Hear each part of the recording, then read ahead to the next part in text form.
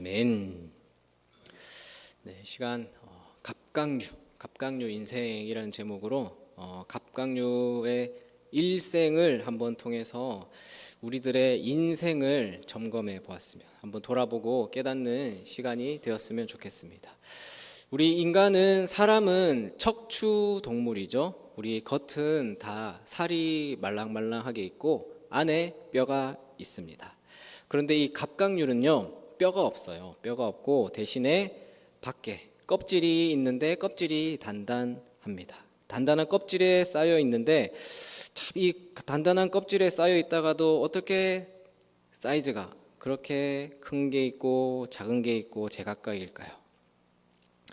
바닷가 가가지고 뭐 바지락을 캐거나 뭐 바다 그 해루질 같은 거 하다 보면은 그 꽃게가 있어서 가서 보면은 빈 껍데기인 거예요. 빈 껍데기. 그럴 때가 종종 있죠.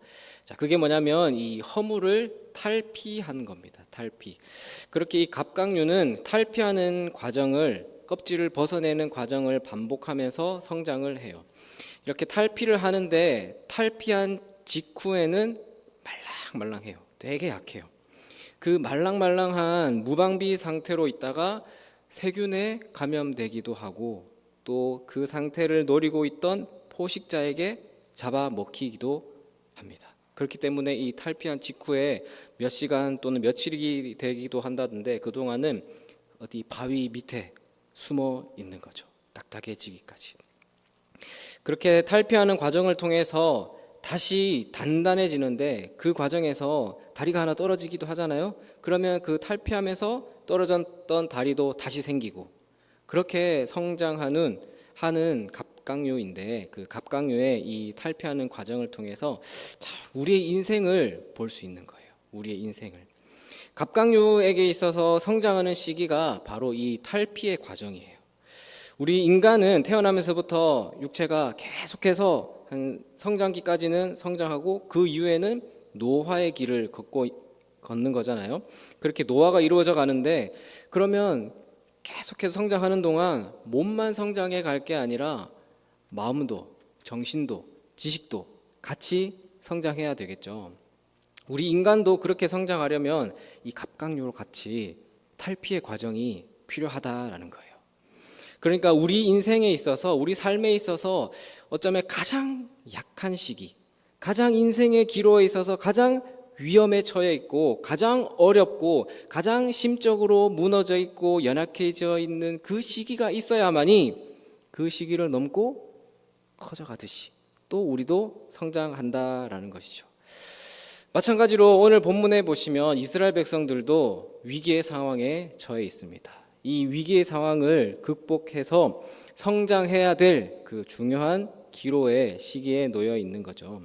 그 성장해야 할 시기에 지금 이 백성들은 어떤 과정을 겪고 있는지, 그 과정에서 어떤 방법으로 성장하게 되었는지 이 시간 함께 살펴봤으면 좋겠습니다. 이스라엘 역사를 보면 이스라엘 백성들은 애굽에서 노예 생활을 하다가 출애굽했죠. 출애굽한 이후에는 광야에서 또 생활을 하다가 이제는 왕이 필요합니다. 왕이 필요하다고 해서 하나님께서는 사울 왕을 세워주시고 이후에 다윗, 솔로몬 이렇게 쭉 생활을 하다가 남쪽으로는 유다, 북쪽으로는 이스라엘, 남유다, 북이스라엘로 나뉘어서 분열 왕국의 시대를 맞이하게 됩니다. 이후에는요, 바벨론 포로에 잡혀가서 살다가 바사왕 고레스가 이제 니네 땅 돌아가서 니네 믿던 신들 섬기고 그렇게 잘 살아라, 돌아가라 라고 해서 보내주죠. 그때 고향 유대 땅에 돌아가는 사람들도 있었고 그곳에 남아서 살아가는 사람들도 있었습니다. 그 사람들을 디아스포라, 흩어진 유대인들이라고 부릅니다. 바벨론 포로로 끌려갔던 유다 백성들과 그 후손 가운데 일부는 바벨론이 멸망한 이후에 예루살렘으로 다시 돌아와서 무너진 성전을 다시 재건하고자 했습니다. 그렇게 시작된 성전 재건 작업이 참 순조롭게 진행되었다면 좋겠지만 대적들의 강한 반대, 회방을 놓아서 중단이 되었고 그 시간이 흘러 16년이 지난 상황입니다. 자, 그런 상황에서 예루살렘에 있는 유다 백성들에게 성전 재건 작업을 재개하라라고 외친 선지자가 있는데 1차 포로로 돌아온 선지자 두 사람이 바로 학개와 스가랴입니다. 자, 지난 달이에요. 참 시간 빨라요. 제가 지난 주라고 생각하고 있는 느낌인데, 그때 학개 말씀을 전했는데, 자, 벌써 한 달이 지나서 이제 스가랴 말씀이에요. 그 지난달에 학개 말씀 전할 때 이 관련 내용을 전했었거든요. 앞에 학개 말씀을 보시면 학개 1장 1절에는 뭐라고 하냐면요, 다리오 왕 제2년 여섯째 달이라고 해요. 그리고 오늘 우리가 읽은 스가랴의 1장을 보시면 다리오 왕 제2년 여덟째 달로 시작을 해요. 그러니까 같은 다리오 왕 여섯째 달에 먼저 앞에 학개를 통해서 말씀을 주셨고, 오늘은 한 두 달 지난 여덟째 달에 스가랴의 말씀, 그러니까 동시대인 거죠. 자, 그러니까 포로에서 돌아온 직후에 학개를 통해서는 성전 재건에 대해서 직접적으로 움직일 수 있도록 이스라엘 백성들을 일으켜 세우신 거고요. 또 오늘 스가랴 말씀을 통해서는요, 성전 재건에 대한 환상, 예언, 어떤 상징적인 표현을 사용하시면서 성전 재건할 수 있도록 동기부여를 주시는 말씀인 겁니다.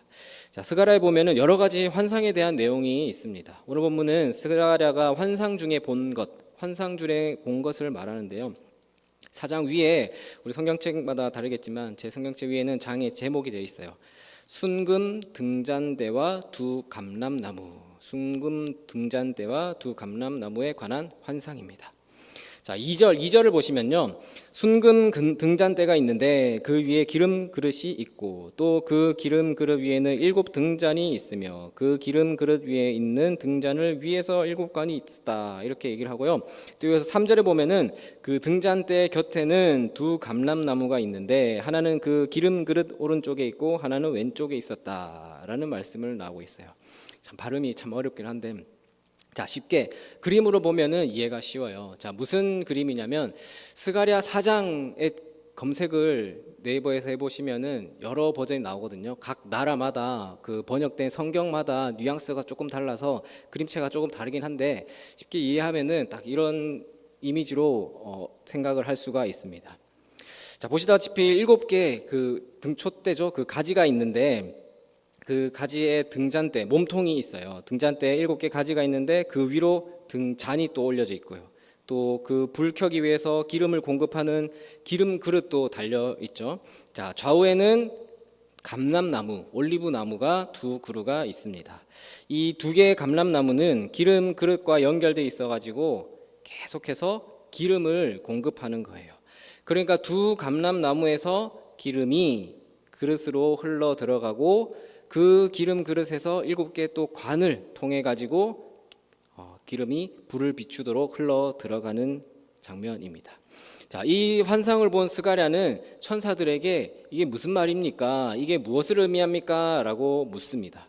그러자 뭐라고 천사가 대답하냐면 6절을 보시면, 그가 내게 대답하여 이르되 여호와께서 스룹바벨에게 하신 말씀이 이러하니라. 만군의 여호와께서 말씀하시되 이는 힘으로 되지 아니하며 능력으로 되지 아니하고 오직 나의 영으로 되느니라. 자, 아까 그 등잔대가 성전 내부의 기물이잖아요. 그러니까 성전 재건을 의미를 하는데 그 등을 밝히는 에너지의 원천이 나무에서 흘러나오는 거예요. 자, 그게 뭐냐면 나의 영, 성령이죠. 하나님의 영으로만 성전 재건을 할 수 있다라는 겁니다. 자, 먼저 천사가 말한 이 대답 중에서 스룹바벨이라는 이름이 나오죠. 스룹바벨은 당시에 이스라엘의 지도자였어요. 이스라엘 포로를 데리고 온 정치적인 지도자였어요. 성전 재건을 이끌고 있던 인물인데, 스룹바벨이 이게 힘으로 되지 않고 능력으로 되지도 않고, 능력은 권력 같은 거예요. 그걸로도 되는 게 아니고 오직 나의 영으로만 될 것이다 라는 말씀을 합니다.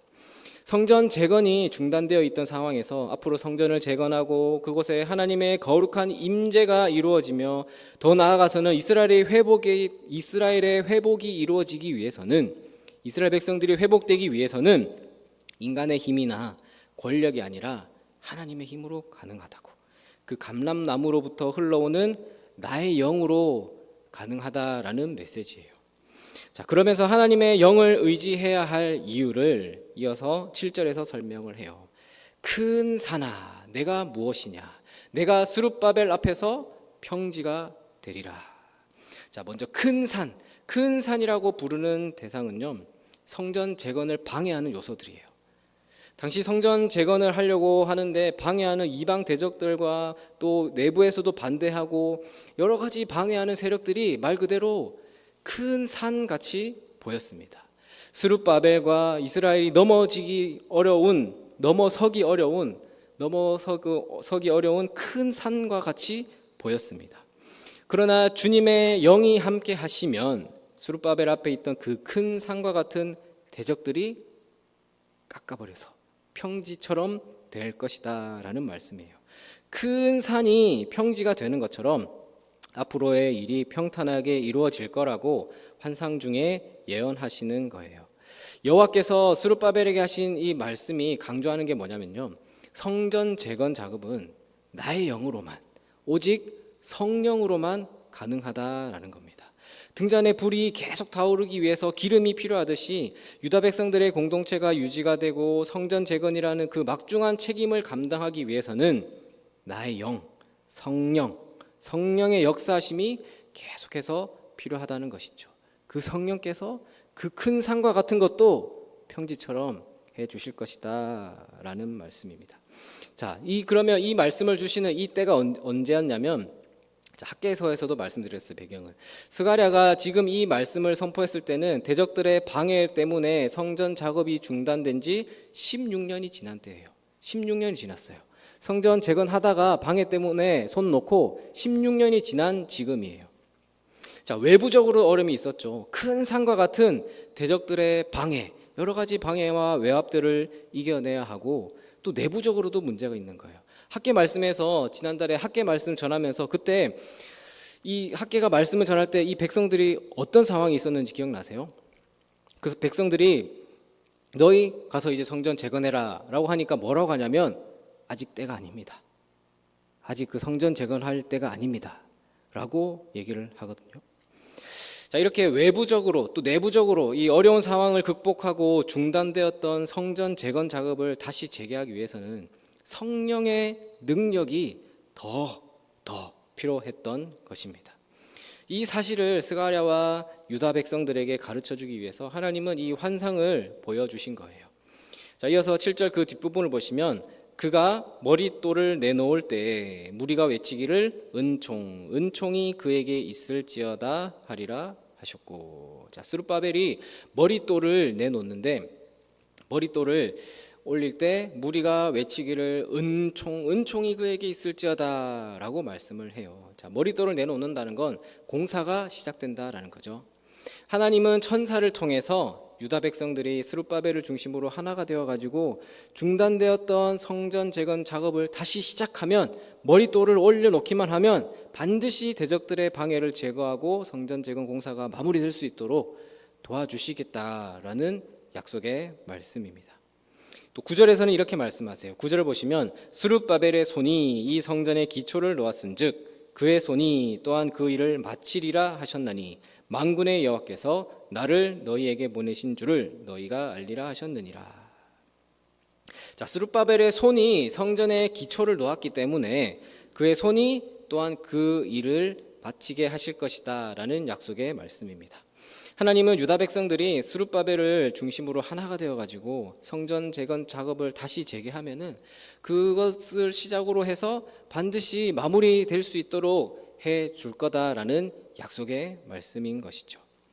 자, 이어서 이 환상과 관련해서 스가랴는 등잔대 그 좌우의 두 감람나무는 무엇입니까? 라는 의미라고 천사에게 물어봐요. 12절을 보시면, 금 기름을 흘리는 두 금관 옆에 있는 이 감람나무 두 가지는 무슨 뜻입니까? 자, 이 나무는 뭘 의미합니까? 라고 물어보죠. 그러니까 14절에서 답변해 주세요. 이르되 이는 기름 부음 받은 자 둘이니 온 세상의 주 앞에 서 있는 자니라 하더라. 자, 여기서 말하는 기름 부음 받은 자 둘, 이 둘은 지금 계속 나오고 있는 스룹바벨이랑 여호수아를 가리키는 겁니다. 스룹바벨은 바벨론에서 유다 백성 데리고 와서 예루살렘으로 데리고 와가지고 성전 재건을 이끌고 있는 사회적으로 또 정치적인 지도자입니다. 그리고 여호수아는 그 모세 뒤를 이은 후계자, 그 모세가 아니고 동명이인이에요. 이 스룹바벨과 함께 당시의 제사장으로 영적인 지도자입니다. 그러니까 스룹바벨은 사회적인 정치적인 지도자이고 여호수아는 영적인 지도자인 거예요. 자, 두 감람나무가 사회적인 지도자인 스룹바벨과 영적 지도자인 여호수아를 가리킨다는 것은 이 성전 재건 작업뿐만 아니라 돌아온 유다 백성들의 공동체가 성전을 다시 재건할 뿐만 아니라 이 두 사람을 중심으로 하나가 되어야 한다. 그 중심이 되는 두 사람으로 통해 흘러나오는 그 기름으로 하나가 되어야 한다라는 거예요. 자, 여기까지 이렇게 환상의 내용이 정리가 되면서 스가랴 4장이 마무리가 돼요. 자, 여러분들, 자, 우리는 지금 오늘 말씀을 통해서 우리 앞에는 눈에 보이는 현실도 있지만 눈에 보이지 않는 약속도 있다라는 사실을 기억해야 해요.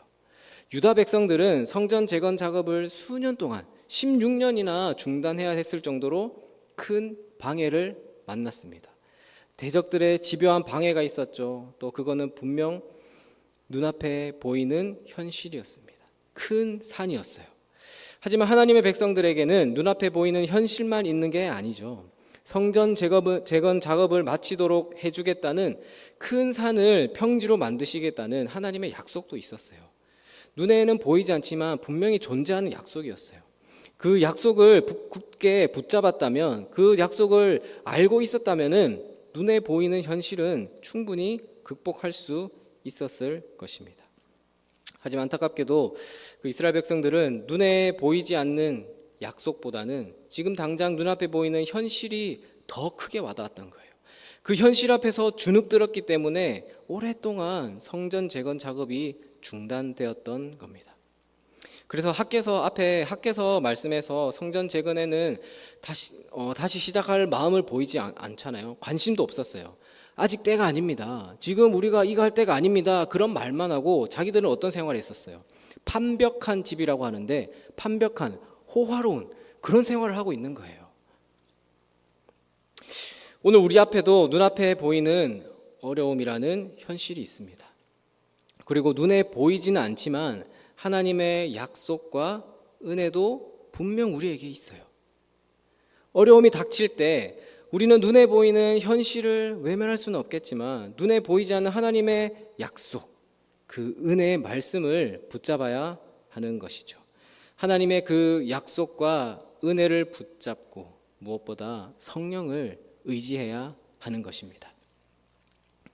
여러분들, 서두에 말씀드렸던 그 갑각류들은 탈피를 통해서 성장한다고 했죠. 성장하기 위해서, 자라기 위해서는 탈피를 해야 하는데 나 이 옷 벗으면 무서워, 이 집에서 나가기 싫어, 나가고 싶지 않아, 그냥 여기 안에서만 있을래, 그냥 더 클 필요 뭐 있어, 그냥 여기 안에 있으면 되지 라고 하면 어떻게 될까요? 그러면 아무 어려움 없이 그냥 편안하게 그 주어진 수명에 따라서 살게 될까요? 내부의 장기는 계속 자라거든요. 그러면 그 단단한 껍질에 갇혀가지고 죽게 되는 거예요. 아니, 어쩌면 그 전에 이미 포식자들의 눈에 띄어서 잡아먹히게 될지도 모르고요. 자, 그러면 탈피를 하면 무조건 그러면 성장하고 또 안전이 보장되어 있을까요? 그래서 바위 밑에 숨는 거잖아요. 다시 또 단단해지기를 기다리는 거고요.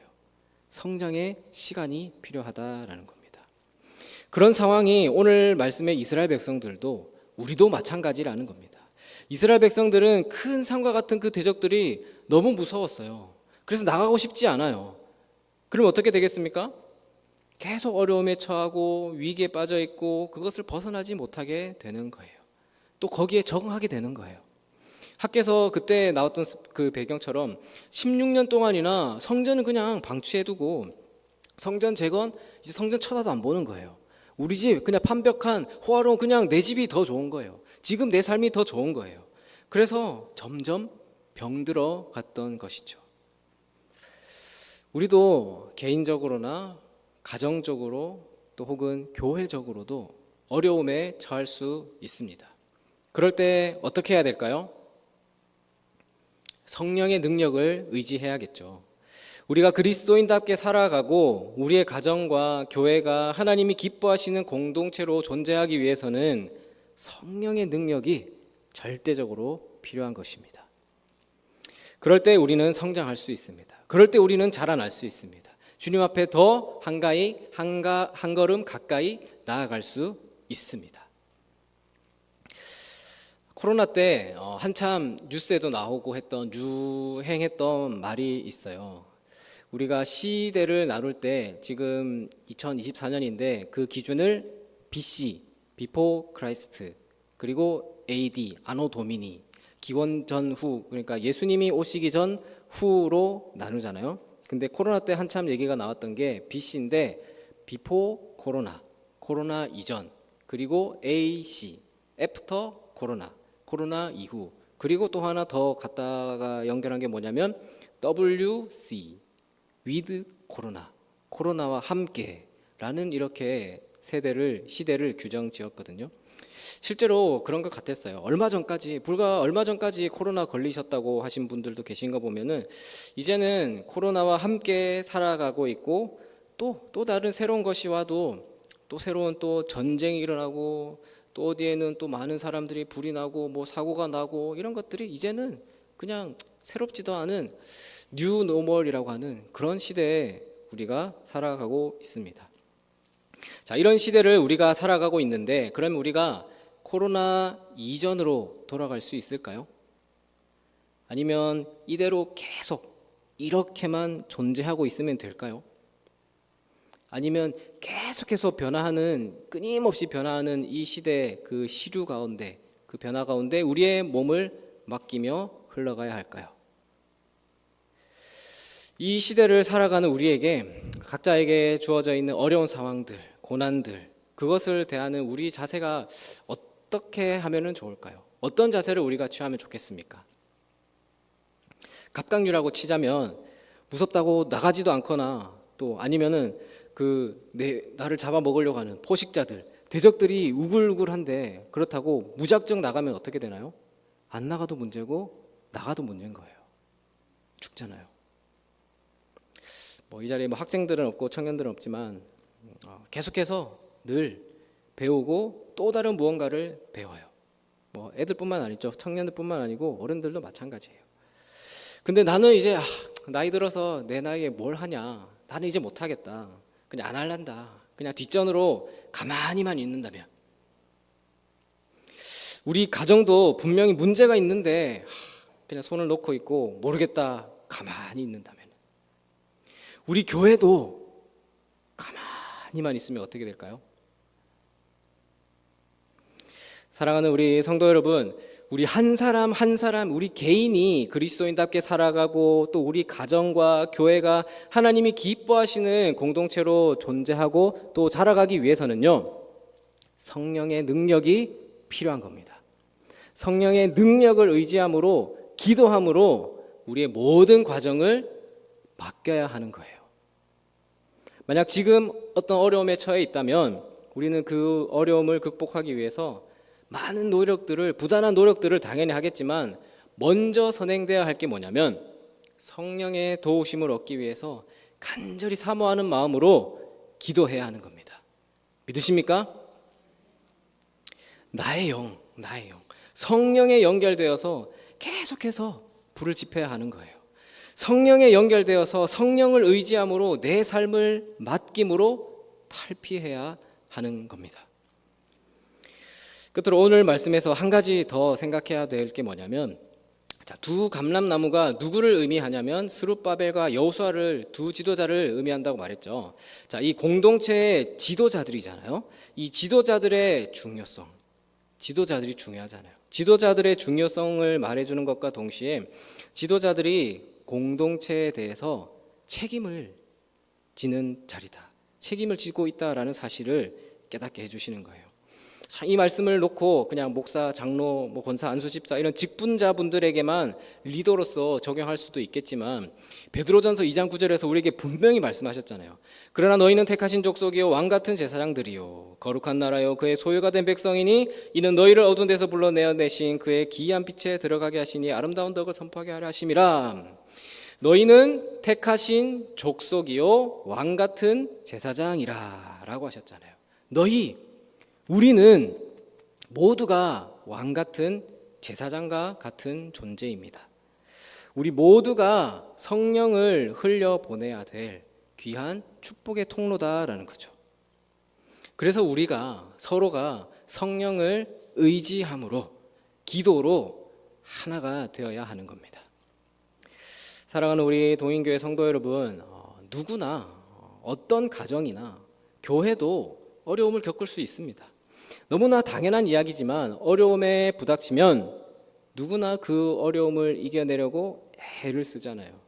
그렇지만 그 어려움을 이기는 것은 결코 쉬운 일이 아닙니다. 오늘 말씀이 보여주시는 대로 우리는 어려움을 극복하기 위해서는 우리의 힘도 아닌 우리의 능력도 아닌 오직 나의 영, 하나님의 영, 성령의 도우심을 의지해야 하고 말씀에 순종해야 하는 것입니다. 그래서 우리가 인생을 살아가는 가운데 참 이 갑각류들 아무것도 아닌 것 같은데 얘네들이 탈피하는 모습을 한번 떠올려 보면서 그래 나도 그래 우리 가정도 그래 우리 교회도 끊임없이 자라가야 하는구나. 끊임없이 성령을 의지하면서 그 은혜를 공급받아서 자라나야 하는구나 라는 그 묵상을 해보시면 좋겠어요. 그렇게 묵상하심에 따라서 우리에게 주시는 그 은혜 또 그 성령의 역사하심을 따라서 날마다 채워주시는 그 삶의 걸음을 걸어가시는 여러분들이 다 되시기를 주님의 이름으로 축원합니다.